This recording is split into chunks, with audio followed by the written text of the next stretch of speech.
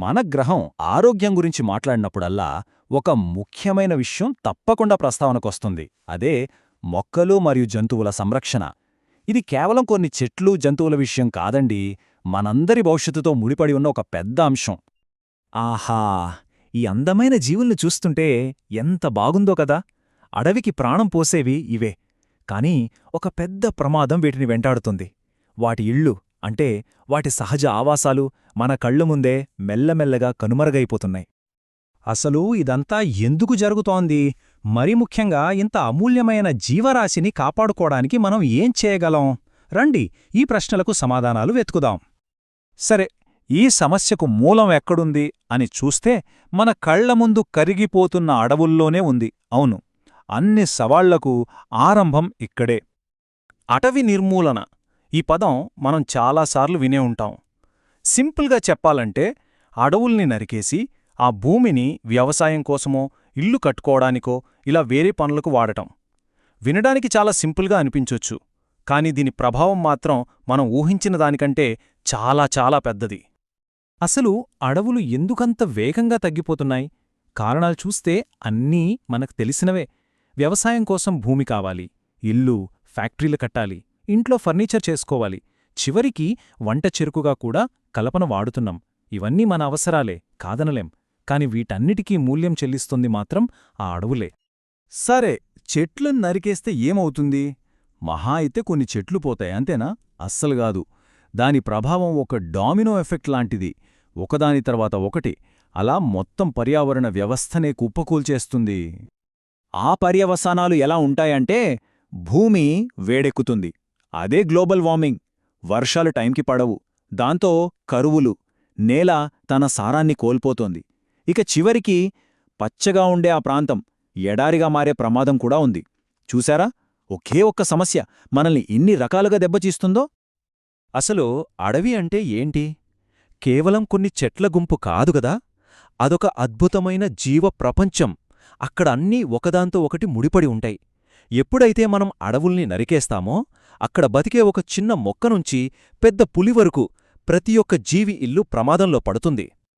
ఇంత సమస్య ఉంది సరే, మరి పరిష్కారాలే లేవా?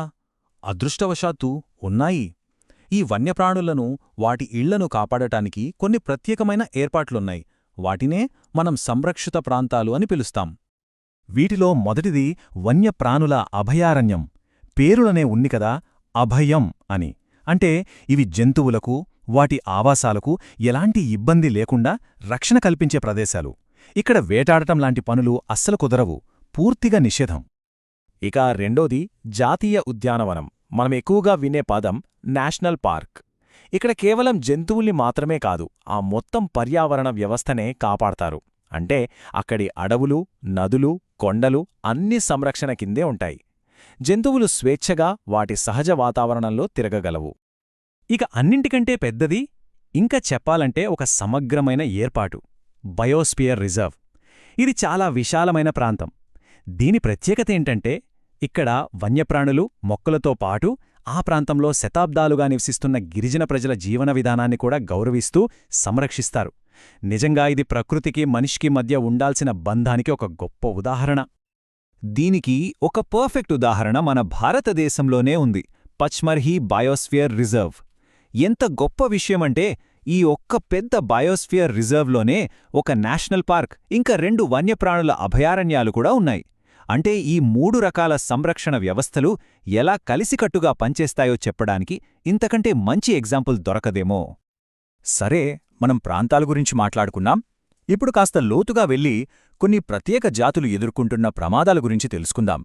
ఎందుకంటే అన్ని జీవుల పరిస్థితి ఒకేలా ఉండదు కదా. ఇక్కడ మనం 2 ముఖ్యమైన పదాల గురించి తెలుసుకోవాలి.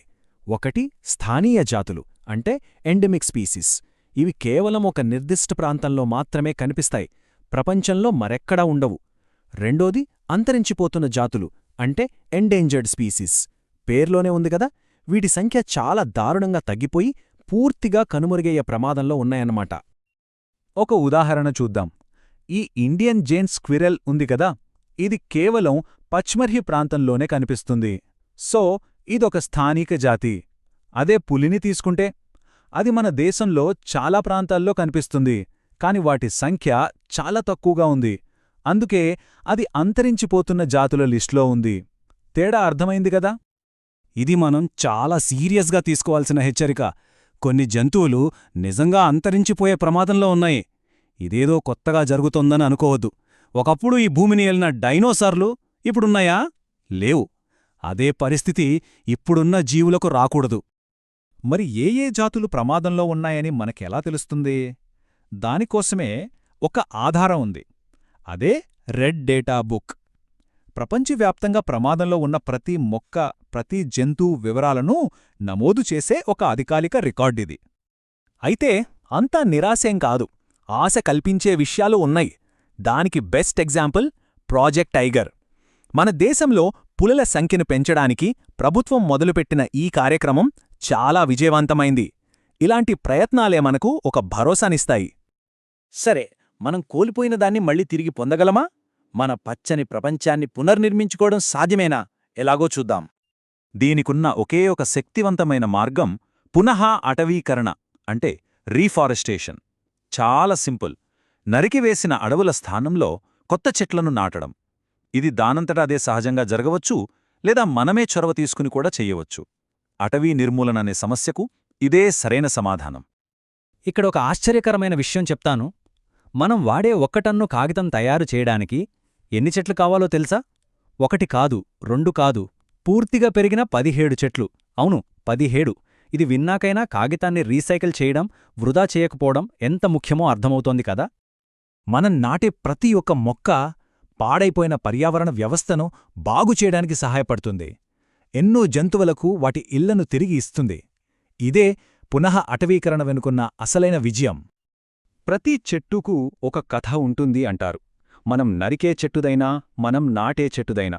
మరి ప్రకృతి రాస్తున్న ఈ గొప్ప కథలో తరువాతి అధ్యాయంలో మన పాత్ర ఏంటి? విధ్వంసమా? పునర్నిర్మాణమా? ఇది మనమందరం మనల్ని మనం వేసుకోవాల్సిన ప్రశ్న.